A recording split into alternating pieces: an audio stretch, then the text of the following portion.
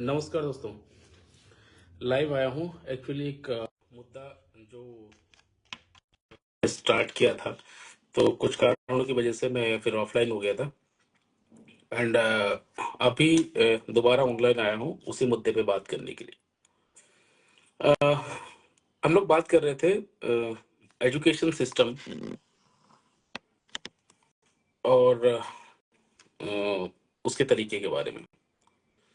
देखिए, बहुत सारी यूरोपियन कंट्रीज है जहाँ पे थोड़ा डिफरेंट है एजुकेशन सिस्टम, और उनकी एम्प्लॉयमेंट सिस्टम भी बहुत अलग है हमसे। और वो लोग ऐसा कर क्यों पाते हैं? क्योंकि उनको अपने एजुकेशनल सिस्टम पे भरोसा है। वो जानते हैं आज जो ये बच्चे पढ़ रहे हैं कल को कुछ ना कुछ करेंगे। वो जो कॉन्फिडेंस है वो हमारे एजुकेशन सिस्टम में नहीं दिखता है। अ, कारण कई हैं इसके। क्योंकि यहाँ पे जो एजुकेशन सिस्टम है वो शिक्षा कम और व्यापार ज्यादा बन चुका है। देखो, लोग आज यूसीसी के लिए डिमांड कर रहे हैं, यूनिफॉर्म सिविल कोड के लिए। मैं कहता हूं कि यूसीसी से ज्यादा जरूरी है यूईएस, यूनिफॉर्म एजुकेशन सिस्टम, जिसपे सबका हक होना चाहिए। जैसा कि हमारे संविधान में कहा गया है कि जो शिक्षा और स्वास्थ्य है ये एक मौलिक सुविधा है, और संवैधानिक हिसाब से हर हर एक नागरिक का उस पर समान हक होना चाहिए। लेकिन समानता कहाँ है, जो हमारे समाज में कभी नहीं दिखता।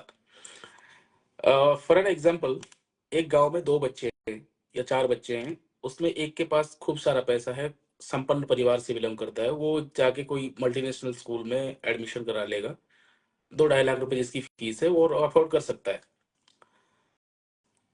इन द सेम विलेज जो दूसरा बच्चा है वो बिलो पॉवर्टी बिलोंग करता है, वो गवर्नमेंट स्कूल में अपने आप को पढ़ाएगा, जो भी है।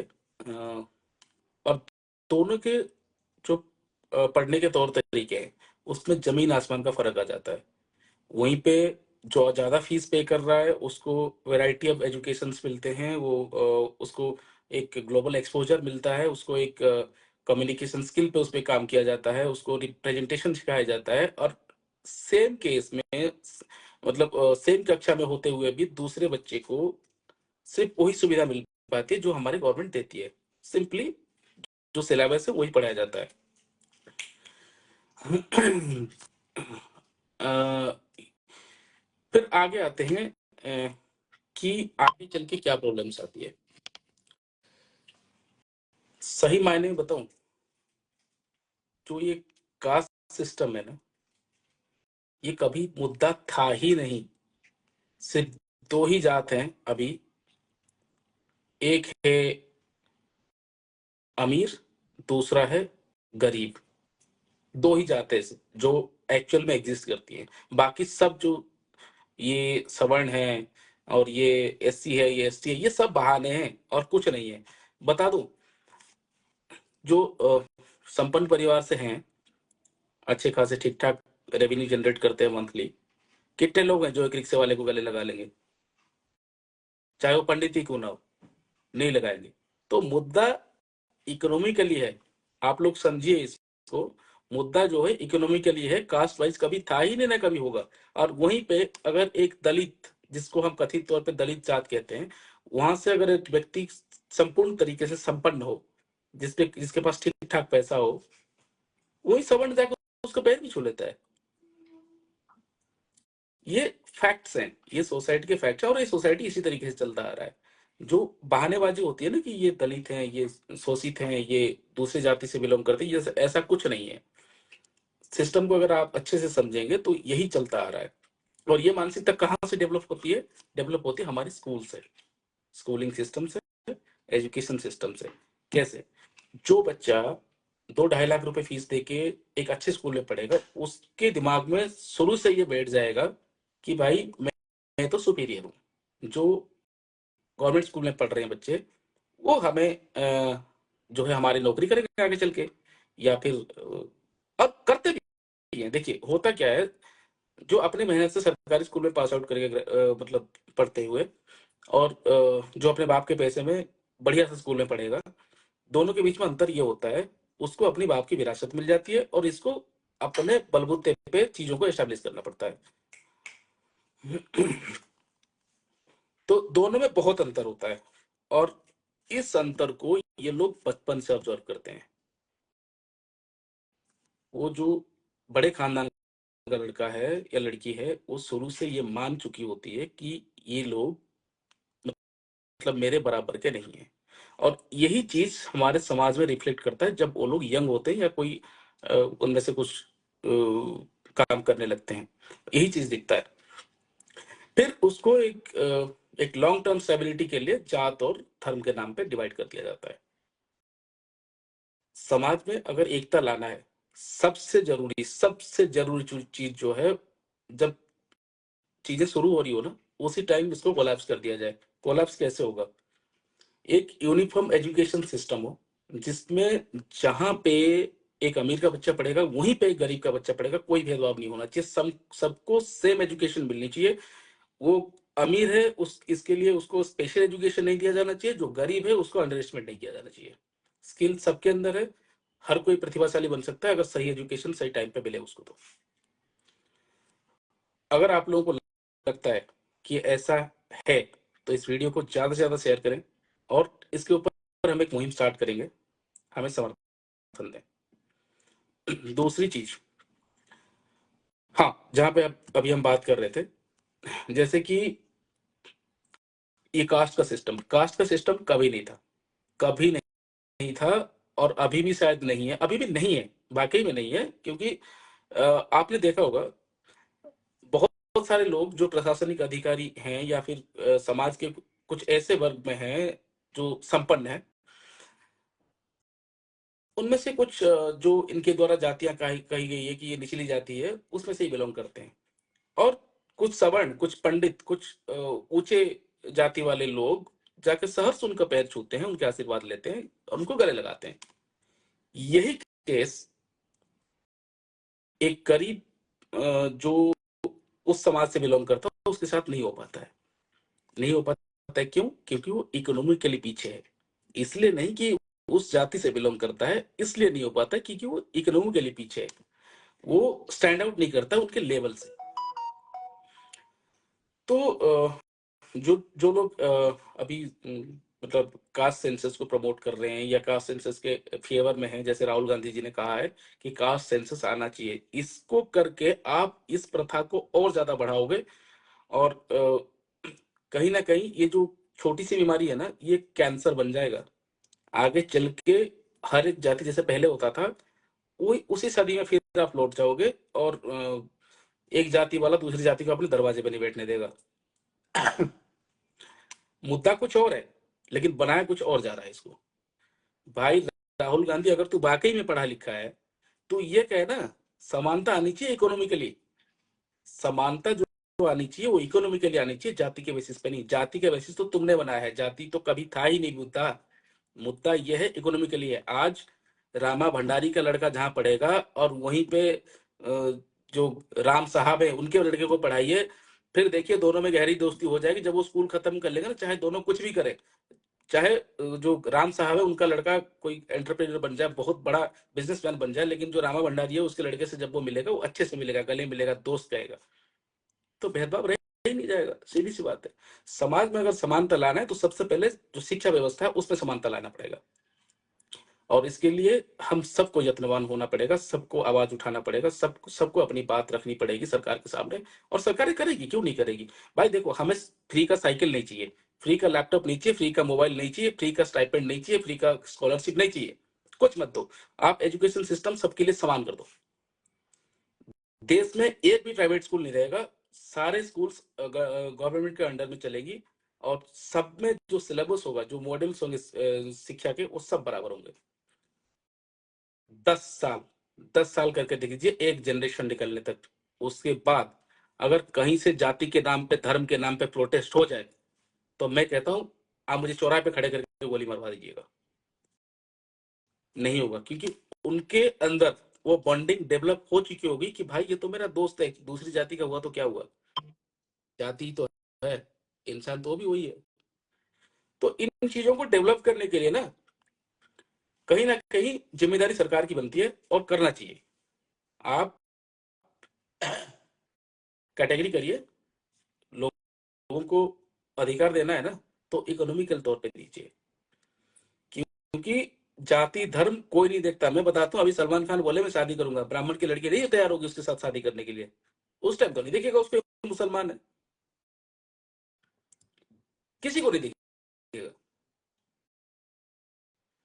लेकिन वहीं अगर वो सलमान खान किसी पंचर वाले दुकान का ओनर हो, तब वो सब उसके जात निकालेंगे कि भाई ये तो खान है, मुसलमान है, इसके साथ शादी करने के लिए बोल रही लड़की। तो धर्म आया बीच में, गई बीच में, क्या आया?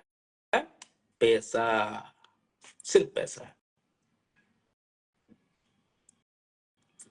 तो ये जो गैप है, इकोनॉमिकल गैप है दोनों वर्गों के बीच में, इसको खत्म तो नहीं किया जा सकता। देखिए, जो मेहनत करेगा वो कमाएगा, वो ऊपर जाएगा। लेकिन जो ये मानसिकता बन चुकी है, जो बीमारी बन चुकी है कि ये अमीर है, मैं अमीर हूं, ये गरीब है, ये फलाना है, ये ढमकाना है, तो इस गैप को खत्म करने के लिए सबसे पहले हमें अपने बच्चों को साथ में बिठाना पड़ेगा एक ही जगह पे।